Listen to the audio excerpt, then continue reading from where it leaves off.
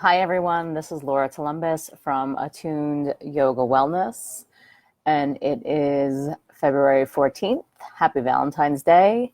Happy Love Day. I like the idea of Love Day better than Valentine's Day. I believe that there's a dark and twisted beginning to this holiday and this celebration. I just posted something on my regular Facebook page about that. Anyway, it's really funny because I have never ever really liked this holiday, and I used to think, well, maybe you're just bitter and jaded and um, you know, cranky about it. But it turns out I don't really think that's the case because even in this moment of actually having um, the love that I have wanted my whole life, I still feel like this holiday is so ridiculously contrived, and um, I think ultimately it just leaves people feeling crappy about themselves. And so I just want to invite you into that conversation. It's fine if you like this holiday. It's great, and enjoy it. Enjoy what you love about it. Don't let me be put a damper on your on your love of it. But the reality is, if it is going to take one day of the year to show that you are loved, then most likely there's something misaligned. So I want you to really take this time for yourself and take some time today, and maybe it's just right now, to really kind of listen to your own heart, to listen to your own presence, because our heart is constantly talking to us. They've actually found brain matter in the tissue of the heart. And so that whole idea, follow your heart or listen to your heart, or that whole concept of, moving through life, navigating from the place of your heart, it's not just this sort of hearsay. It's not this just like this like verbiage, like fluffy stuff we like to say.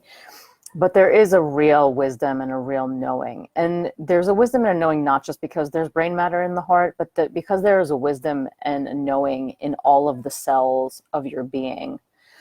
Um, our cells hold wisdom. They are ultimately intelligent. And sometimes they misalign and they go off and they get out of balance, and they go off in the wrong direction, and then we get sick and we don't feel good, and we have a body and we're a system and things happen. But because there is this general intelligence to ourselves and this general intelligence to our body, that it's not just about listening to your brain, what your brain tells you, and it is about listening to your heart. So when you sit with yourself, when you breathe into your own presence, are you listening? Are you paying attention to what your heart is speaking? Are you paying attention to what you need? Are you paying attention to what you require? And are you paying attention to how you need to be cared for and loved? And ultimately, you are the only person who can care for yourself, love yourself, and save yourself, because no one else is going to do that for you. We might have a million people in our life, family, loved ones, beloved, you can keep going, however many people that you feel like you have supporting you in your life. That's amazing. But it doesn't matter. Okay. It doesn't, and it's not that they don't matter. It's just that it doesn't matter, because ultimately, if you are not supporting yourself first, none of that other stuff is going to matter. You are not going to be able to fully receive it. And so when you sit with yourself, if you are constantly, down on yourself, if you're constantly, speaking to yourself in a tone and in a way that is not, nourishing and loving and kind and attentive, you are not giving yourself the privilege of your own love.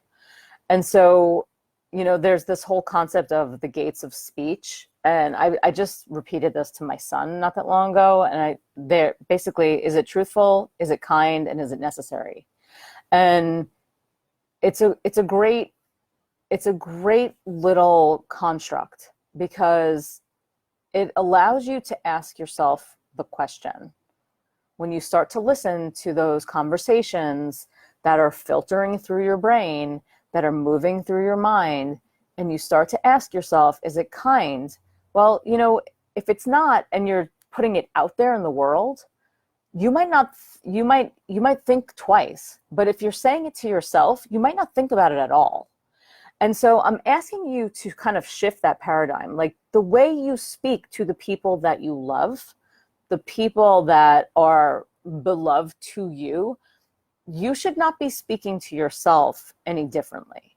So can we pause? Can we draw in? Can we take the time to really notice how we're engaging ourselves, how we are showing up for ourselves, how we are literally being present with our own presence?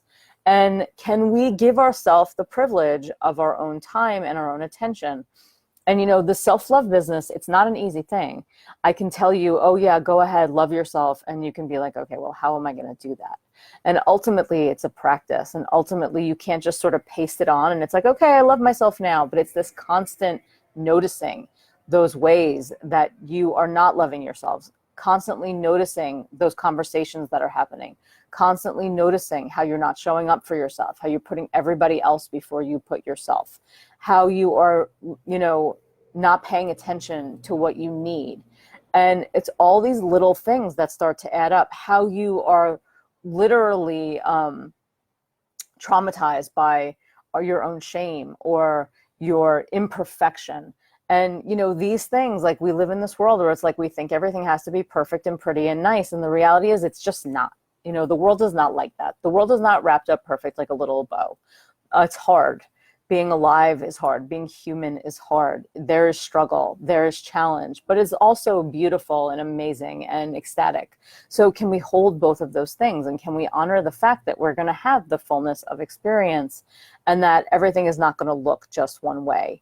And when we step into this, reality of being human, and we step into this reality, I was like, oh, okay, maybe that didn't go exactly how I wanted. I can either like beat myself up for it, or I can say, okay, well, I'm human and things happen. And, now I've learned something, and now I can move to the next thing.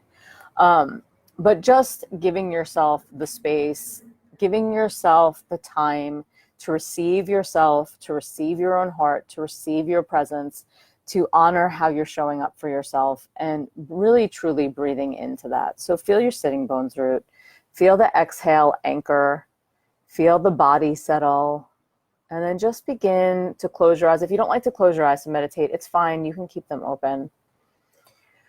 And just feeling the rise and the fall of the breath. Can you tap into your own systems? Can you tap into the beat of your own heart? And can you breathe into the trust, to the knowing that you hold here, to your worthiness? You are worthy of being loved fully, and first and foremost by yourself.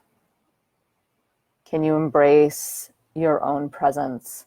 Can you embrace all of the little details that make up exactly who you are? And can you hold yourself? Can you wrap yourself in your own care?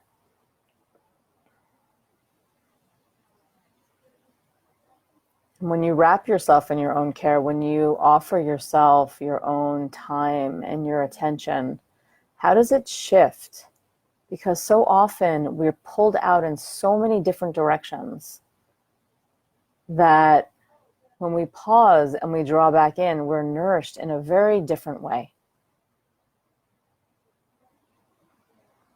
Maybe your heart rate slows down a little bit. Maybe your nervous system settles. Maybe you can soften into the safety of your own being, into the acknowledgement that you are listening to yourself. Your body relaxes, your mind, your heart, everything relaxes when your cells know you're listening, when they know you're paying attention, when they know that you care. And so breathing in, can you love all of those parts of you? all of those details.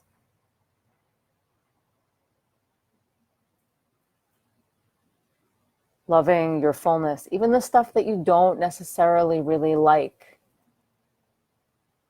And if you're like, oh, there's nothing I don't like, well, good for you. That's awesome. But breathe in, because if there is, can you feel into that? And can you say, okay, that's part of what it is to be me too.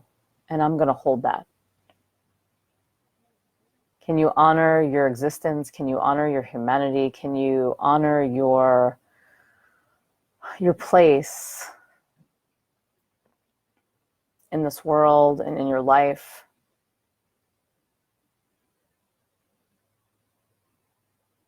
And can you honor everything that is?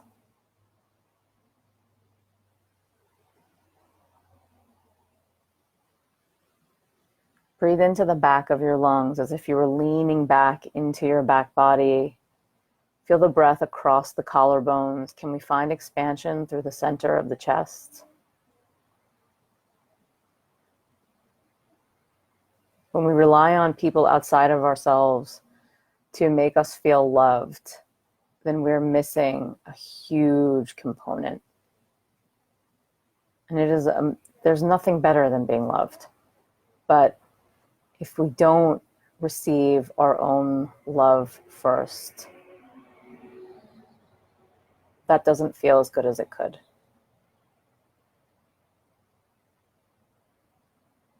Nice deep inhale. Exhale completely. Draw your hands into prayer in front of your heart, honoring this experience of being in a body and having a mind and a heart. And just gently bowing your head to your heart, to your body, and to your mind, and just acknowledging your willingness to give yourself this time and this attention. Namaste.